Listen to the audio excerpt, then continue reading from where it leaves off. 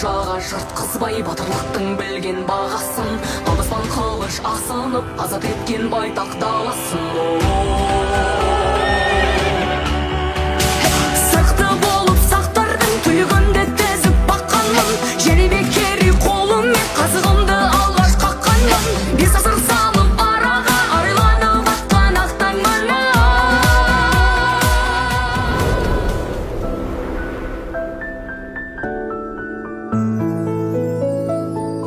Бүгін менің өмірімдегі ерекше күн. Жаңа өмірге қадам басқалы тұрмын. Бірақ ең алдымен жүрегімдегі үлкен рахметімді айтқым келеді. Папа, сіз менің қорғаным.